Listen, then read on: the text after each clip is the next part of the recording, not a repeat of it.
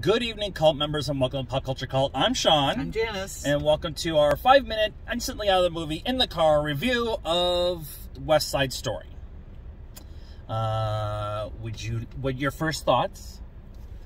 I liked it. It wasn't, I wasn't sure what they were doing. Like, if they were doing kind of a modern interpretation with some, I mean, you can tell from the previews and stuff that they're like dressed kind of like they were in the original movie and stuff, but this is like, it's been a hot minute since I've seen it, but I saw a lot of scenes in it that were verbatim from the original, and it feels like they did a verbatim of the original, only better cinematography and right, because it's not on the stage, and then the one they did in the they've done a version before.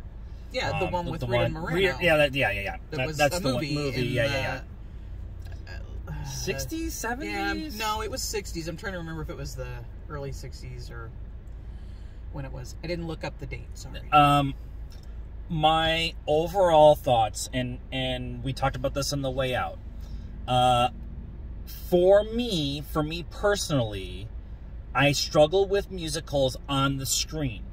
And the reason for that is you have a big dramatic acting scene going on, and all of a sudden they break into song and dance, and I lose my suspension of disbelief.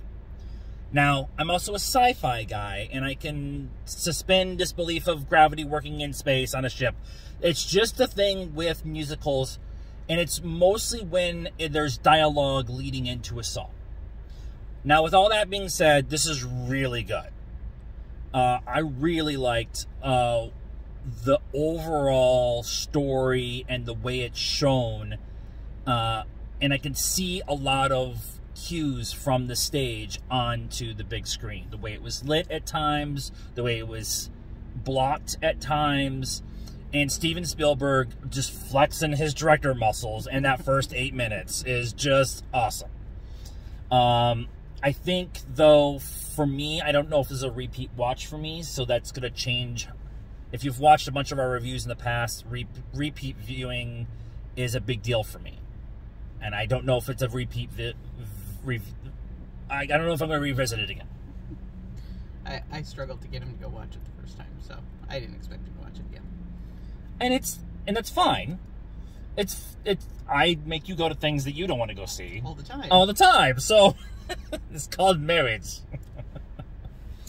One thing that we need to talk about momentarily, the girl that plays Maria is amazing. She has an amazing voice. Bernardo and Riff are awesome. I should have looked up the actors. But Elson Elgort, who plays Tony, I'm really impressed with both his acting and his singing abilities. And yeah. I think there's only a couple of times where they did big dance scenes where they kind of panned away from him. The problem is that there's been some allegations against him last summer that have soiled his reputation, possibly, in a lot of people's eyes. And they're not going to see this movie because of that. And that's unfortunate, because you're missing out on everyone else's performance, and the directing, and the cinematography, and the music's amazing. And so if that is a thing that is holding you back because somebody on the screen did something a long time ago that you don't agree with, or you have an issue with, I understand, but still support a movie like this for all the people who worked on it. And so with all of that, skewer.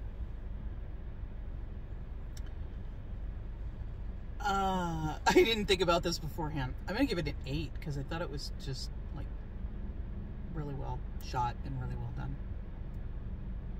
I'm going to shock you. 8.